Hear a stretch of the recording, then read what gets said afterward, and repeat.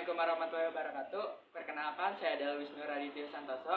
Saya adalah salah satu peserta lomba dari lomba debat berbahasa Indonesia. Dengan mosi, Dewan ini percaya bahwa apatis terhadap politik merupakan sikap yang tidak bermoral. Baiklah, tapi pertama saya jelaskan dulu apatis itu apa sih? Apatis menurut KBBI memiliki arti acuh tidak acuh, tidak peduli dan masa bodoh.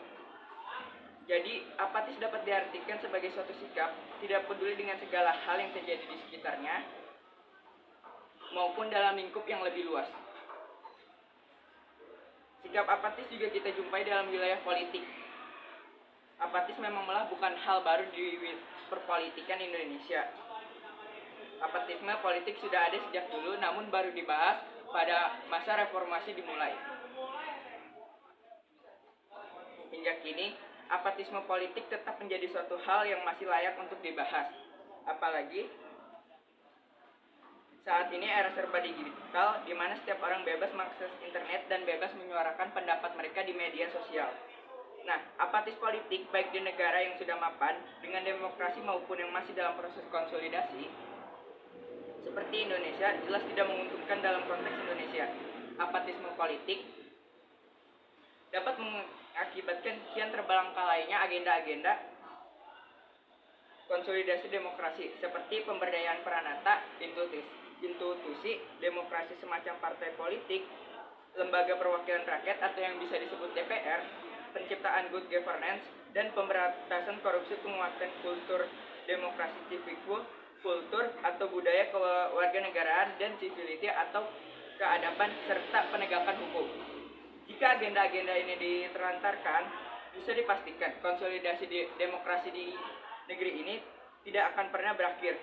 Cuman sebaliknya, yang terus berlanjut adalah keracuan anomali dan kekisruhan politik yang menghambat akselerasi Indonesia menjadi sebuah negara yang bermartabat dan disegani negara-negara lain. Akan tetapi, wabah apatisme politik bahkan selalu ada orang yang sampai pada puncak frustasinya dan akhirnya mengambil jalannya sendiri. Contohnya adalah aktor senior dari Ponghartjotmo yang dilakukan pada tahun 2010. Ia menaiki atap gedung DPR untuk menuliskan 3 kata, yaitu adil, jujur, dan tegas, yang mengungkapkan kegusarannya pada situasi dan kepemimpinan yang tidak menentu.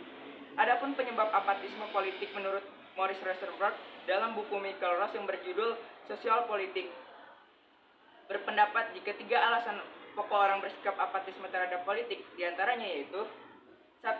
Karena ketakutan dan konsekuensi negatif dari aktivitas politik.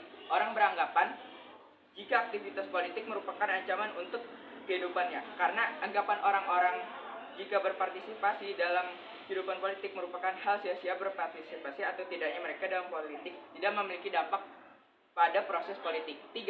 Tidak adanya ketertarikan untuk berpartisipasi dalam kegiatan politik. Bahkan politik bukan hal yang harus ditekuni sehingga mengalahkan hal lain untuk dilakukannya.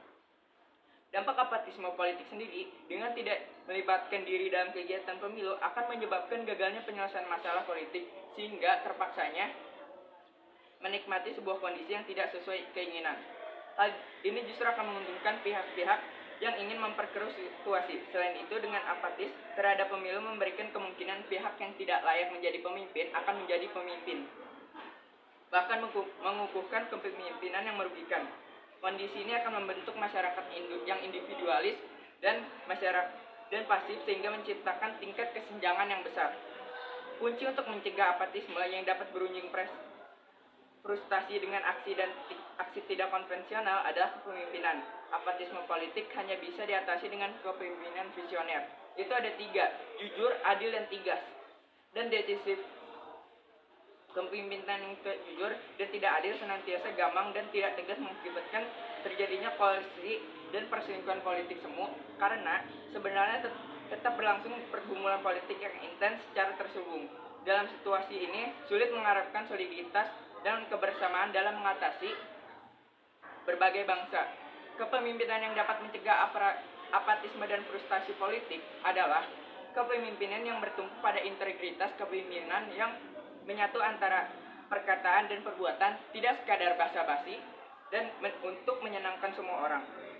hanya pemimpin dengan integritas yang dapat memberikan inspirasi dan semangat bagi setiap mereka yang memegang tanggung jawab dalam perbaikan kondisi bangsa untuk berbuat lebih baik dan terbaik. Kesimpulannya, jadi masyarakat seharusnya tidak apatis politik namun bisa berpartisipasi politik sehingga aktivitas politik berjalan dengan baik untuk mendapatkan demokrasi yang sesungguhnya di Indonesia, karena semua masyarakat mempunyai hak yang sama dalam politik menuju Indonesia yang lebih baik. Sekian dari saya. Wassalamualaikum warahmatullahi wabarakatuh.